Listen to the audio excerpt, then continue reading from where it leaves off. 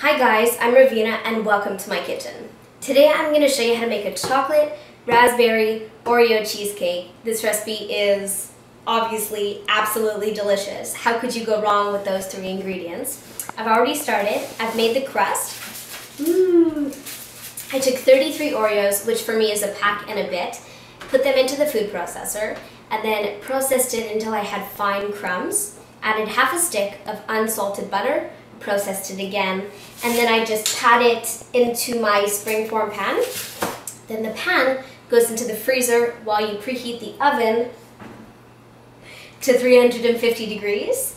Once the oven is preheated, take the pan out of the freezer and line it really well with aluminum foil. And you need to do this because the butter and the center of the Oreo, the best part, will actually kind of leach out of the bottom of the pan right here, because this is a pan with removable sides when you bake it. So that's why you need the aluminum foil.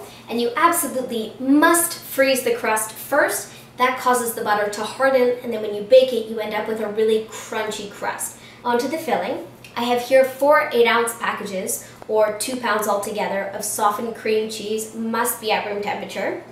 I have 4 eggs, which again must be at room temperature. A cup and a half of sugar with half a teaspoon of salt just mixed in.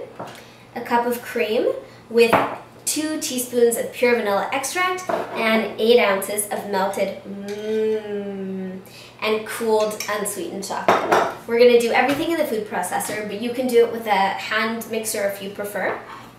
But this is going to need to mix a while, and I think the food processor is the best way to go. So in goes your cream cheese, all of it, and I'm going to put the lid on and blend this for a good 2 to 3 minutes. And that's honestly the secret of an amazing cheesecake, is that you can't overmix it. My cream cheese is looking super smooth, and that is exactly what you want.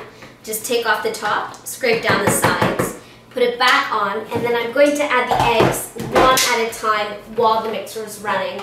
The eggs are in, so once again, scrape down the sides. And then I'm going to slowly add in my sugar salt mixture while the mixer is running. And now I'm going to add in my chocolate. I mean, does that not look absolutely delicious? Who wouldn't want to eat that with a spoon? Ooh. So this needs another 2 minutes. And again, I'm going to add in my final ingredient, which is my cream and vanilla. That is a beautiful looking batter. It's exactly as it should be. It should be nice and liquidy. And it's that beautiful, smooth batter, and all the ingredients at room temperature, which will just give you like a luxurious cake. You know how some cheesecakes you bite into and you just have this moment where like the angels are singing and everything has gone luscious and creamy and velvety in the world, and this is definitely one of those cheesecakes. So now what I'm going to do, I'm done, I've had my moment, is I have a kettle of water, which I boiled, and you know, it's been cooling for about 10 minutes, but that's totally fine. And I'm going to pour it around the pan, being careful not to get any inside the foil, because that would defeat the purpose of the foil. And you want to go about halfway up the side. And that is what will contribute to the beautiful, luxurious texture that I was just, dreaming about. If you don't do this, you're going to end up with a cheesecake which has a mousse-like consistency, which will be wonderful, obviously, but it won't have that, typical cheesecake texture. So be sure that your springform pan fits into another pan, which is big enough to accommodate it. Now I have my oven preheated to 325 degrees, and this is going to go into the oven for 1.5 hours. Oh my gosh, we have to wait for it to bake, and then we need to wait, a good 3-4 hours for it to cool. And we're back. So my cake baked for exactly 1.5 hours, and then I took it out of the oven, took it straight out of the water bath, and let it cool on a cooling rack. And then I put it in the fridge, and it's actually been in the fridge for the last 2 days. So time has flown, woo! But you can just use it as soon as it's cooled. And I'm going to take the springform layer off. Mine comes off super, super easily. It doesn't stick to the sides at all. And I mean, it's glorious. It's perfect. Check that out. But if yours is sticking to the side, you can use a hairdryer to help it come off, or you can dip a knife in warm water and then run your knife along the sides. So I've started on the topping. I have here 4 cups of raspberries, which I put into a saucepan, and I let it kind of, you know, get it all syrupy and delicious. And I'm going to pour it through a strainer. Great, I've got all the liquid out of my raspberries. Now I'm going to take just a little ladle, put it into this mix. And if you put your cornstarch straight into the raspberries, what would happen is that you'd get lumps, and that'd be pretty gross.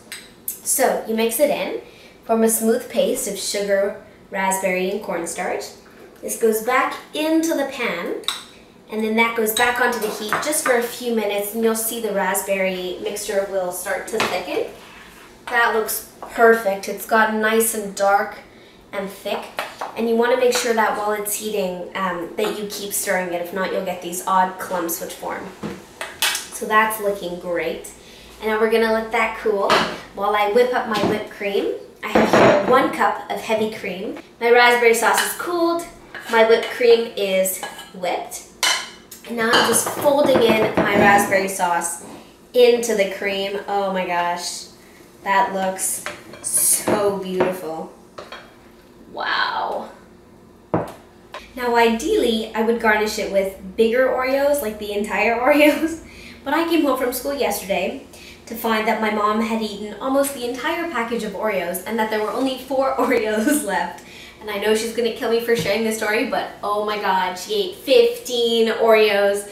It's pretty intense. So I cut them in half to use as a garnish.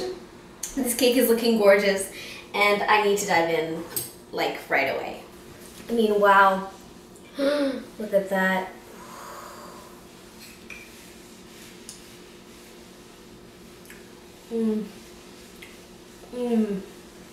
Whoa. You get all the different flavors, and it's creamy and rich and delectable. And I hope you give this a try. I have no idea why you wouldn't. And I will see you next Thursday. As always, recipe down below. Comment, like, subscribe. Tell me what you think. Bye.